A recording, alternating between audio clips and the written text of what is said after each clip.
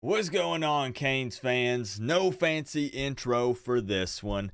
Yes, I know it's probably a little alarming because I don't have the 5 and counting hat on. Heck, some of you might not even recognize me. This is just a late night Sunday walking and venting extended episode. When I filmed my episode 12 of Walking and Venting earlier today, I was very distracted. You guys know that there was a cat that kept weaving in and out of my legs and pouncing on me and clawing me and attacking me. And then what you didn't see off camera was my neighbor's dog came running over. I had to stop the recording. And I was just a mess. I couldn't get my thoughts together. And I feel like I did a poor job of relaying what I was trying to actually say. So just think of this as an extension of the Walking and Venting episode. And if you don't know what I'm talking about, Coop's talking about cats and dogs and what in the world's going on. He's not wearing his hat. Go check out my last upload, Walking and Venting episode 12, which was titled Miami Hurricanes Should Embrace Microwave Success Plus Rebuild. And I think I created a lot of confusion with that. I was pretty open in the intro with saying this is not where I stand. This is just a discussion topic. This is something that I wanted to bring up and openly talk about because I don't shy away from tough or touchy subjects. I actually really enjoy talking about them. And I love talking about hypotheticals as well. And in that video, I thought we could kind of dive down the rabbit hole a bit and discuss, what if Mario Cristobal went harder in the transfer portal? That's also another bad analogy.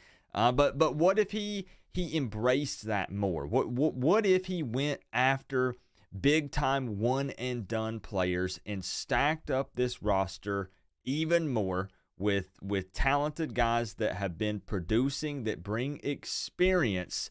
And then what if he could do that to have some immediate success, quick results that aren't going to be long lasting? That's obviously not sustainable. But if he could mix that in with what he's known for, which is being a great recruiter, to continue to work on laying the foundation for this thing, but also getting some immediate success. So that way he could honestly kind of win the fans back. That way maybe it could have a big positive effect on recruiting because they would see us winning football games right now instead of trying to sell to them that we'll be winning them 2 to 3 years from now. And I feel like I kind of struggled with, again, kind of relaying that information in the video. And as I already said, I'm not even saying that this is a good idea. We've seen several schools try to do this, and they had success the first year of doing it, and then the next year they fell off, which is what a lot of people are saying about schools like Louisville or maybe even Florida State.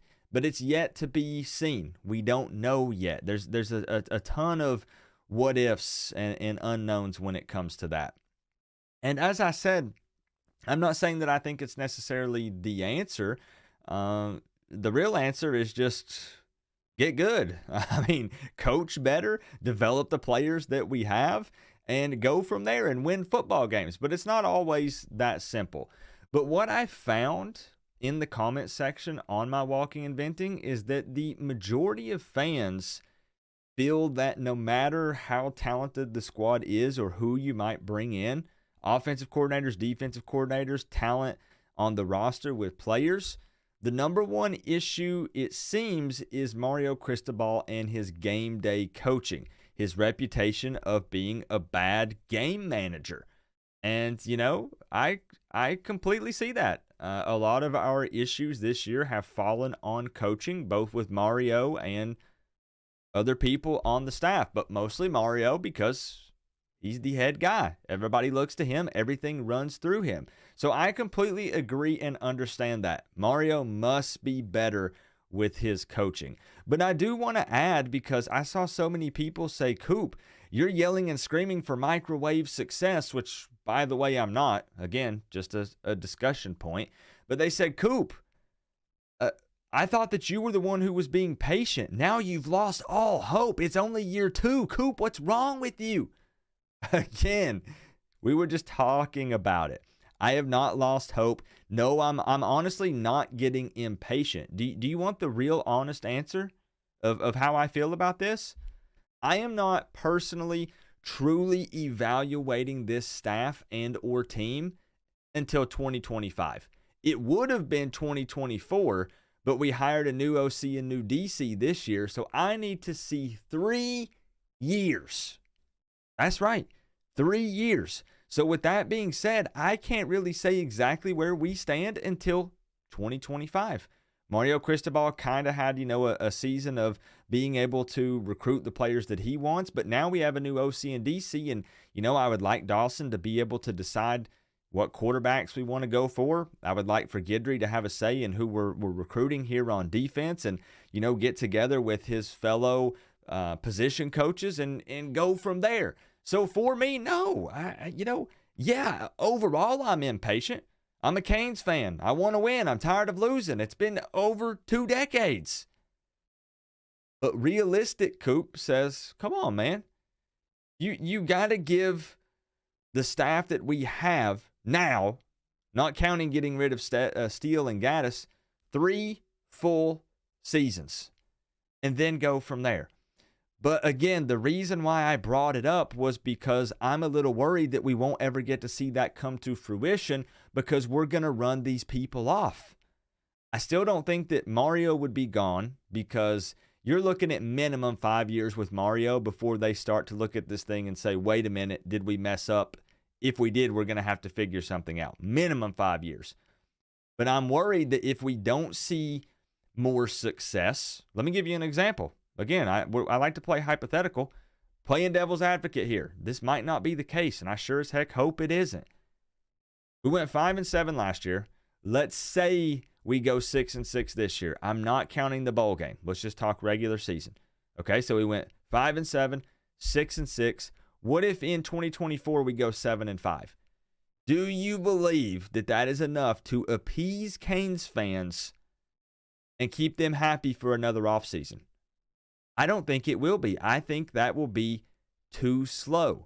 Now, we may not even find ourselves in that position. So this conversation could be completely pointless. But anytime we're talking about future things, it could all be completely pointless. Bear with me for a second. We don't know what's going to happen. All I'm saying is I at least wanted to put that out there on the table. If Miami comes out next year and wins 9+ games, whoa, we took a leap. Wow, like we're trending upward. Things are looking better. And again, I'm talking about the fan base as a whole, not every individual, because when you actually break it down and look at the stats, we've not made a leap this season, but we took a decent step forward.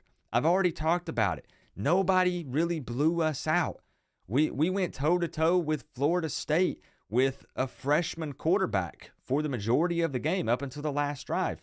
We beat Clemson, even if it's their down year, with a freshman quarterback. We only lost to the number 9 or number 10 ranked Louisville Cardinals that are going to be in the conference championship by 7. That is improvement.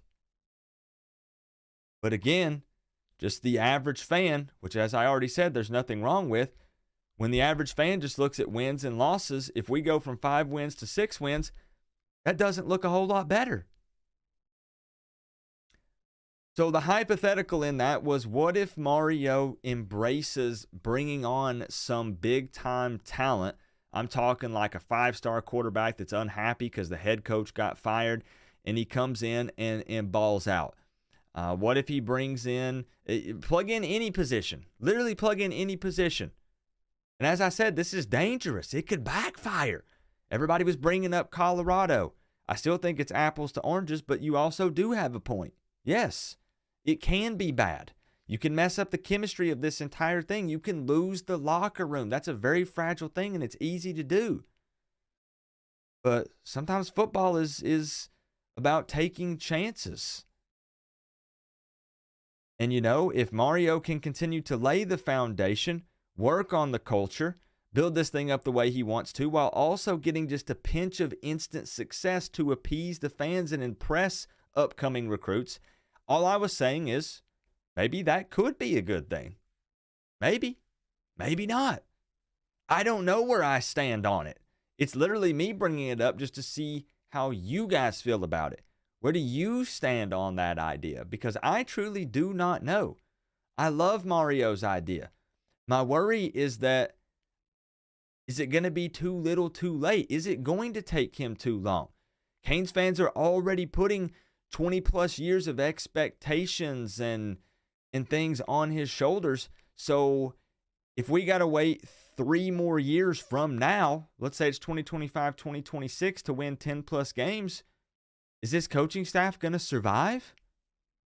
Because if not, we're hitting the reset button and starting over again from ground zero. So it was just a discussion point. It was just a topic because, I'm running out of things to talk about. We're on the tail end of the season. We're getting into let's talk about the future. Let's look to the 2024 season, because this season we have one more game left in the regular season plus a bowl game. Then that's it. It's a wrap.